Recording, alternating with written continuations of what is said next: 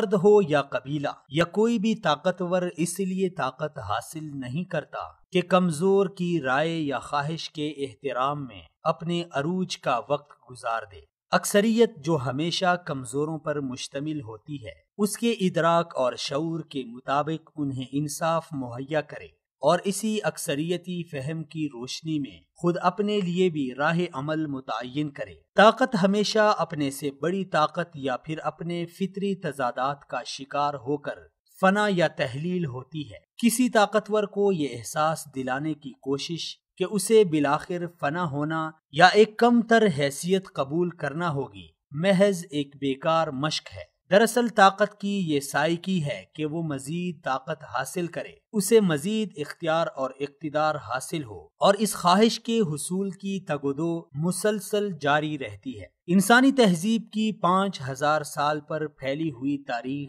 طاقتور ریاستوں اور حکمرانوں کی دنیا پر غلبہ حاصل کرنے کی غیر معمولی طمع اور رغبت سے بھری پڑی ہے، جبکہ امن کی تلاش کمزور اور اکثریت کے لیے ہمیشہ فریب خیال ہی رہا ہے۔ طاقتور قومیں صرف زندہ رہنے کے لیے محنت اور جد و جہد نہیں کرتی، بلکہ اپنی برتر حیثیت کو برقرار رکھنا اور اس میں مسلسل اضافہ اس جد و جہد کا بنیادی مقصد ہوتا ہے۔ اس راستے میں جائز اور ناجائز کی تفریق ہوتی ہے، نہ ظلم اور سفاکی پر شرمندگی۔ ہر وہ فعل جائز اور برحق قرار پاتا ہے جو کامیابی کی منزل تک پہنچائے اور طاقتور کو اس کے برتر مقام پر قائم رکھ سکے، لیکن یہ برتری طاقت اور وسائل کی برتری ہے، جبکہ کمزور اکثریت کے نزدیک بے اصولی کی یہ عمارت مظلوم اور کمزور کے خون پر استوار ہوتی ہے۔ اگرچہ کمزور اکثریت کے اس نقطۂ نظر کی تردید نہیں کی جا سکتی، لیکن ستم یہ ہے کہ اصول اور نظریات پر اجارہ داری بھی صرف طاقتور کو حاصل ہے، اور وہ انہیں اپنی ضرورت کے مطابق مرتب بھی کر لیتا ہے اور انہیں تسلیم کروا لینے کی قدرت بھی رکھتا ہے۔ پہلے صرف تلوار اور بارود اس کے ہتھیار تھے، اب ٹیکنالوجی اور میڈیا کی شعبدہ بازی اس کے زیر دست ہے۔ اس لیے گزشتہ 30 برس سے امریکہ اپنے معاشی اور عسکری عزائم کی تکمیل کے لیے نظریات کے جال بن رہا تھا، تو اس نے دنیا کو یہ باور کرانا تھا کہ بین الاقوامی سطح پر اس کے عزائم کے پیچھے عقلی اور منطقی جواز بھی موجود ہے۔ دراصل اس نظریات کی یلغار کا مقصد یہ ثابت کرنا تھا کہ ایک مخصوص وقت میں تاریخ کے کسی موڑ پر جو قدم امریکہ اٹھاتا ہے صرف وہی وقت کی ضرورت ہے۔ یہ الگ بات ہے کہ بین الاقوامی سطح پر ان فیصلوں پر عمل درآمد امریکی دلیل کے نتیجے میں نہیں، بلکہ اس کی پائیدار طاقت کے بل بوتے پر ہے۔ خواہ وہ اقتصادی پابندیاں ہوں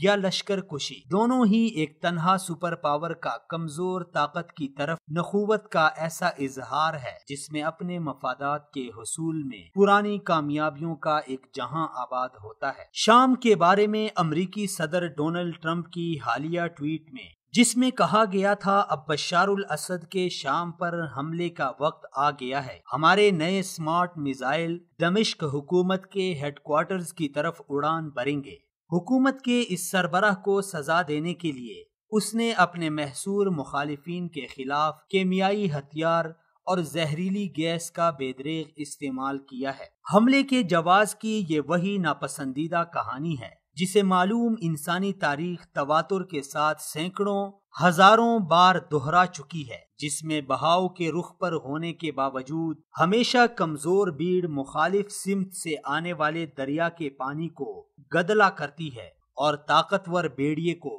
اپنی بھوک مٹانے کا جواز ملتا رہتا ہے۔ اور یہی تاریخ آج کے دور میں بھی دہرائی جا رہی ہے کہ یہی طاقتور اپنی منمانی اور اپنے ظلم و ستم کے لیے کوئی بھی بہانہ بنا کر اور اسے قانونی قرار دے کر اور دنیا کو یہ باور کرانا چاہتے ہیں کہ جو کچھ ہم کر رہے ہیں وہی ٹھیک ہے، بلکہ در حقیقت یہ دنیا کی آنکھوں میں دھول جھونک کر اپنے ظلم و جبر کے لیے کوئی راستہ نکال لیتے ہیں۔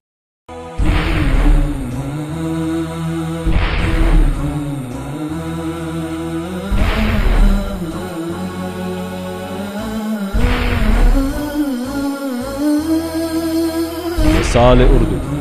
سچ کا چہرہ۔